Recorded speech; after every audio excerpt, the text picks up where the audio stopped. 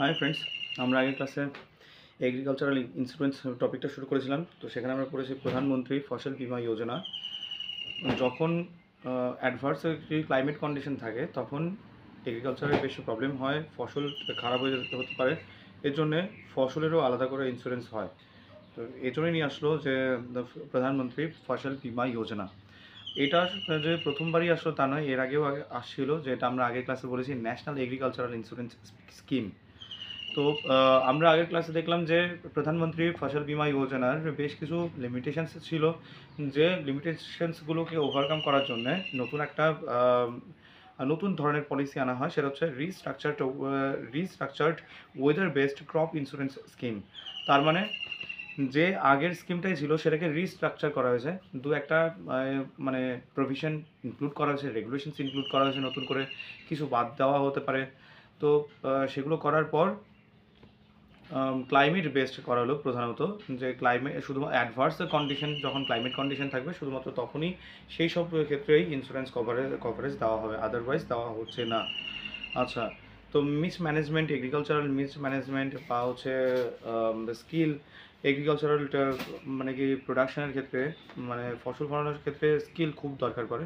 সেটা যদি মানে আনস্কিলড লেবার যদি সেই বা এই ফার্মার যদি সেই কাজটা করে, তবে সেখানে ইন্স্যুরেন্স কভারেজ দেওয়ার কথাও নয়। অনেক আগের যে প্রভিশনটাতে কী ছিল, যদি মানে আনস্কিলড ফার্মার যদি মানে প্রোডাক্টিভিটি কম পেত, তাহলে সেখানেও কিন্তু ইন্স্যুরেন্সের প্রবলেম হতো অনেকটা। এর জন্য নতুন করে সেই এই ইন্স্যুরেন্সের স্কিমটাকে চেঞ্জ করা হয়েছে। আর হ্যাঁ, বুঝেই যাচ্ছ যে আগের ইন্স্যুরেন্সটা আনছিল যে ministry of agriculture and farmers welfare. এটাও এই স্কিমটাও নিয়ে আসছে ministry of agriculture and farmers welfare. Okay, এক নম্বর পয়েন্ট, এটা 2016 আসে। সেকেন্ডলি, এটা শুধুমাত্র অ্যাডভার্স ওয়েদার ইনসিডেন্সের ক্ষেত্রেই হচ্ছে প্রযোজ্য, আদারওয়াইজ হবে না এটা।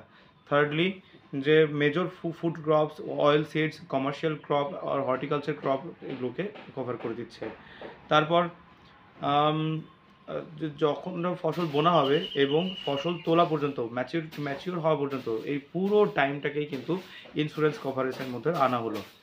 আর ওয়েদার প্যারামিটারগুলোকে ইনক্লুড করা হলো, কী কী মানে ওয়েদার চেঞ্জের ক্ষেত্রে অ্যাডভার্স ক্লাইমেট কন্ডিশনস আসার জন্য কী কী প্যারামিটার্স থাকতে পারে, তো সেগুলোকে ইনক্লুড করা হলো। তাহলে আরেকবার আমরা রিভিশন করি কী কী পড়লাম আমরা দেখলাম যে ministry of agriculture and farmers welfare এই স্কিমটা নিয়ে আসে 2016 সালে, এক নম্বর পয়েন্ট। সেকেন্ডলি, অ্যাডভার্স ওয়েদার কন্ডিশনসকেই হচ্ছে প্রায়োরিটি দেওয়া হয়। Thirdly, major food crops, oil seeds, তারপর হচ্ছে যে কমার্শিয়াল অ্যান্ড হর্টিকালচার ক্রপস, এগুলো ইনক্লুড করা হয়। তারপর রিস্ক, মানে কি যে রিস্ক পিরিয়ডটা কভার করা হয়, মানে ফসল বোনা থেকে ফসল তোলা পর্যন্ত পুরোটাই। তারপর আর অ্যাডভার্স ওয়েদার ক্লাইমেট কন্ডিশনসের ক্ষেত্রে যেসব প্যারামিটারগুলো দায়ী, সেগুলোকে ইনক্লুড করা হয়। এরিয়া বেসড, মানে এরিয়া অ্যাপ্রোচ বেসিসে রাখা হয়।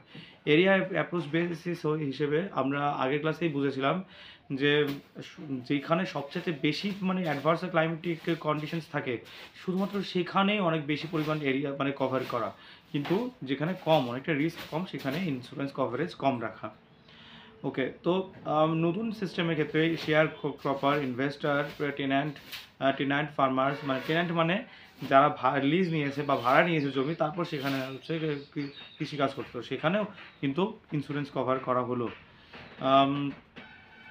তারপর আগে মানে আগে যখন হচ্ছে কি লোন নেওয়া হতো, এগ্রিকালচারাল লোন, তো সেখানে কিন্তু ইন্স্যুরেন্স করা বাধ্যতামূলক ছিল, কিন্তু এখন নতুন নিয়ম হিসেবে মানে ইন্স্যুরেন্স করা বাধ্যতামূলক নয়, সেটা ভলিউন্টারি।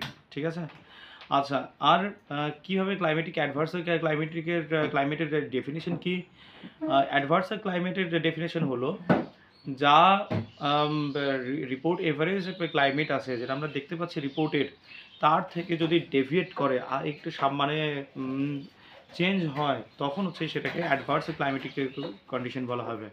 তো তার মানে কি, যে মানে সবসময় হচ্ছে যে মিডিয়া বা প্রেস প্রভৃতির হচ্ছে রিপোর্ট কিন্তু এরা ইন্স্যুরেন্স মানে কোম্পানি ফলো করে। এবং একজন শিক্ষিত বা চালাক কৃষককে যখন হচ্ছে ইন্স্যুরেন্স কভারেজ নিতে হবে তখন কিন্তু তাকেও এই ওয়েদার কন্ডিশনগুলোকে মাথায় রাখতে হবে। আর সবসময় নিউজ পেপার, তারপর রিপোর্টস, প্রেস কনফারেন্স, মানে প্রেস ব্যুরো, তারপর মিডিয়া, হ্যাঁ, সবসময় খেয়াল রাখতে হবে। আদারওয়াইজ ইন্স্যুরেন্স ক্লেম করা যাবে না, করলেও কোনো লাভ হবে না। তো এই ছিল যে restructured weather based insurance program বা হচ্ছে restructured weather based crop insurance scheme, ঠিক আছে। আচ্ছা, এবার আসি আমরা কৃষি মেঘ, একটা টার্ম আছে।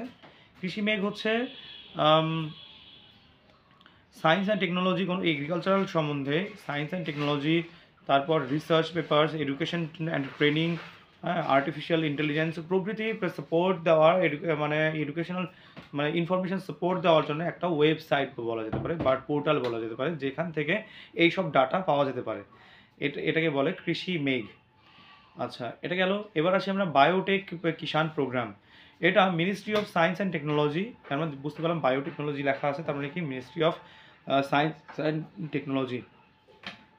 মানে বায়োটেক মানে কি, তার হচ্ছে বায়োটেকনোলজির যে ডিপার্টমেন্ট আছে তারাই হচ্ছে কি এই স্কিমটা লাগু করেছে ফার্মারদেরকে হেল্প করার জন্য, টেকনোলজিক্যাল সাপোর্ট দেওয়ার জন্য, হ্যাঁ। তো মানে ইনফরমেশন দেওয়ার জন্য এই হচ্ছে বায়োটেক কিষাণ প্রোগ্রাম লঞ্চড হয়। তো আমাদের কিন্তু যে ইন্স্যুরেন্স, যে এগ্রিকালচারাল ইন্স্যুরেন্স যেটা আছে সেটা কিন্তু আমাদের কমপ্লিট হয়ে গেল আজকের ক্লাসে।